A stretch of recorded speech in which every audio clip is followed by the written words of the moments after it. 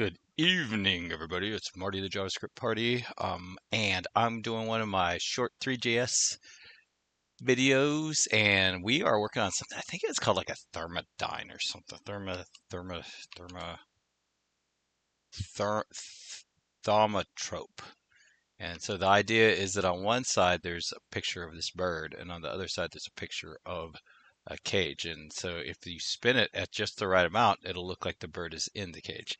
Now the problem is that our animation is a bit imprecise. So basically, you can kind of see it, but you can't really make it exactly right. See, that's where you can kind of see the cage and the bird, but as you go faster, you can kind of see the bird inside the cage a little bit, but we just need a lot more precision. So basically, what to make this happen, um, so now instead of just a texture, which last time in the video, in the one that I made, last video I made in that branch, there was a front texture. I had a bulldog texture. Now I have a front texture, which is our front PNG, and our back texture. Um, then I also, for some reason, I don't understand the whole flipping thing, but I had to flip it. And then I couldn't, I had to flip the bulldog, but for some reason I don't have to flip. Oh, I see why. You have to flip the back one. So before that used to be the bulldog texture was the back one.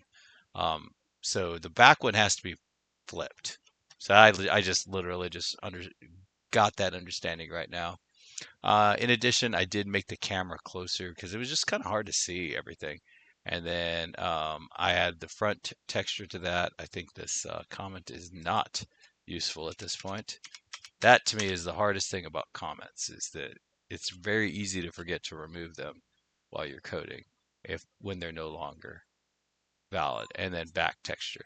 But as I mentioned, this animation scheme basically takes the time. I think all time I think it's like since 1973 or something like that. Takes that, makes that a number, and then it divides that number by the um, number that was in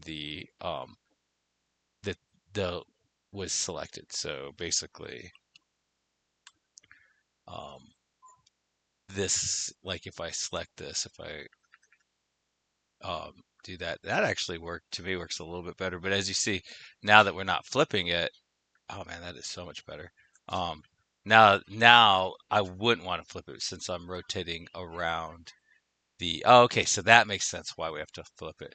Because when you're rotating this way, when you bring it around, it would be upside down. So you need it to be upside down so that makes sense. But now when I'm spinning it this way, it's no longer necessary. But the thing is that the way our current animation works, it basically takes all time, takes that number, divides it, and then it rotates it.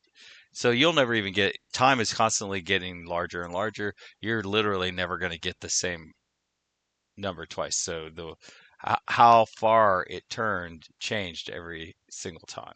Um, and it will probably be good. It's kind of cool because actually the bird looks like it's facing us every once in a while, which is neat. I've never seen anything like that. That's really cool. Um, but yeah, we can never even reproduce this completely because as time goes on, the number changes. It's always changing. So we need to kind of calculate the difference and all that. So we definitely need a change. But and then the other major change that I really would like to do is to remove this from the file altogether, so that if I do make an animation change in the future, it's not sort of embedded in um, with the rest of the file, but then that brings a lot of other complexities with it, and I don't really want to go into that kind of thing. So basically, that is probably the next thing I'm going to do is probably rip the control service and put it into or not the control service, the animate and put it into its own full file, and then I'll explain that, but like it not not too in depth. I'll just do a quick explanation. Anyways, happy coding, everybody. Bye.